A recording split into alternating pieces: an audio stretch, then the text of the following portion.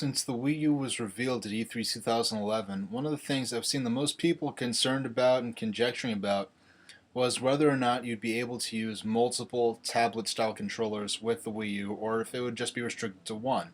Because at E3 2011 they showed a lot of asymmetrical multiplayer, where the player with the tablet-like controller had information that the four other players playing with Wii remotes didn't have, and that created some interesting multiplayer scenarios.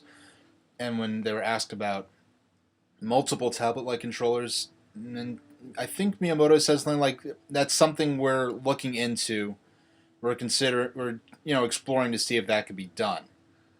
And since then, in the months since then, it's been pretty much like it seems like a lot of, based on what I've been seeing people talking about online, like people are sort of, I've seen a lot of people assuming that there's only going to be one tablet controller usable on the system at once. And like when the Rayman Legends trailer leaked for Wii U a couple of weeks ago, people were saying, "Look, they're only using one tablet controller. This is terrible. You can only use one tablet controller." And I've seen a lot of people say that if you could only use one tablet controller with the system, that they would that would impact their decision on whether or not to buy a Wii U.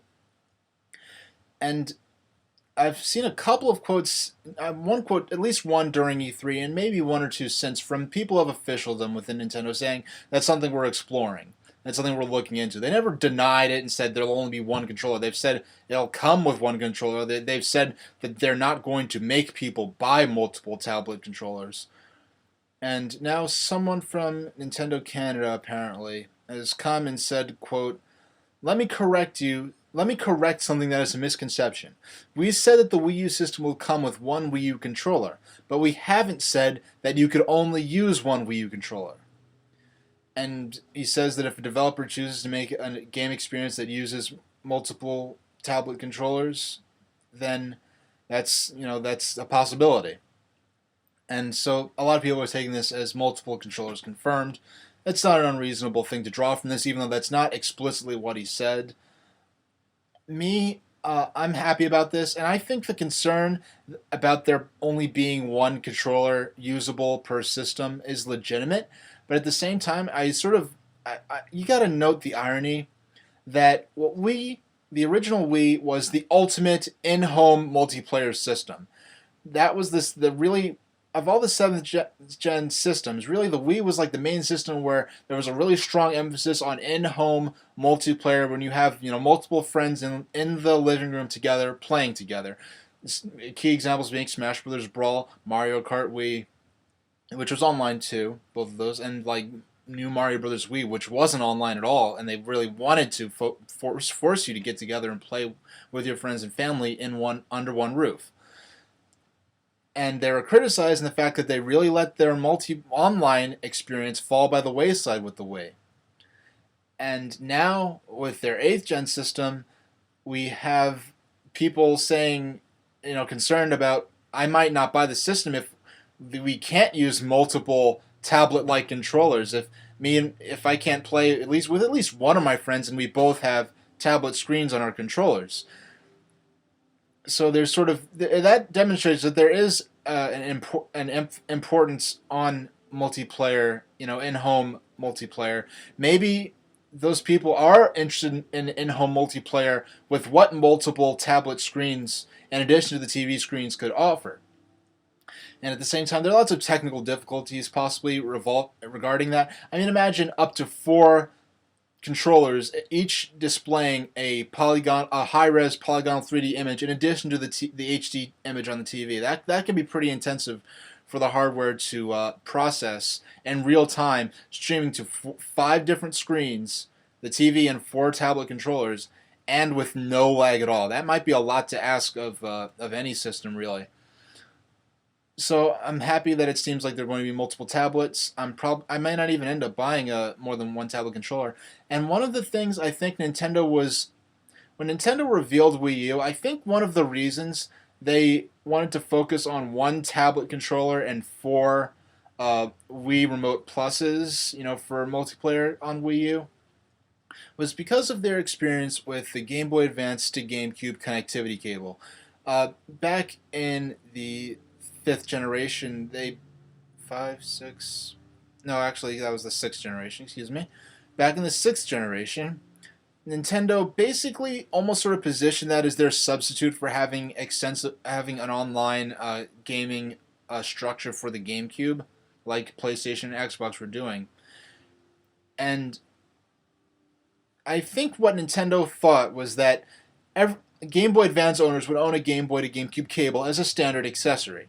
So if one of their friends has a GameCube game like Final Fantasy Crystal Chronicles or Legend of Zelda: Four Swords Adventures, then could all get together, with between 2 and 4 players with their Game Boy Advances and have multiplayer, multi-screen gaming with each player having using their Game Boy as a controller and having special information on their screen that would contribute to the game experience. What happened instead was, I've seen it on G4 back then, and on Tech TV back then, and in magazines that were covering these games, Four Swords Adventures and Final Fantasy Crystal Chronicles specifically. They would say, yeah, that's a great idea, but you're going to need hundreds of dollars worth of hardware to get the most out of this game. You're going to need one GameCube, 4 Game Boy Advance GameCube link cables, and 4 Game Boy Advance system. That's hundreds of dollars worth of equipment. And that just made it seem like a really complicated, expensive setup that Nintendo was asking a GameCube owner to invest in to get the most out of these connectivity games. And that ruined the reputation of connectivity as something really expensive and complicated and needlessly complex. And I think that's what, the reality was, of course, that most connectivity games only needed one Game Boy and one link cable to take advantage of. Like Pac-Man Versus, a lot of people thought that you needed 4 Game Boys and 4 link cables to play Pac-Man Versus, when actually you only needed one Game Boy and one link cable.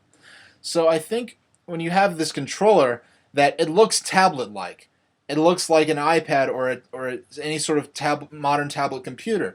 So that's going to make people associate it with those devices that cost in the hundreds of dollars, because you have to remember the tablet controller on Wii U, there's not really much guts in it. I mean, all the gameplay images, the horsepower is in the console.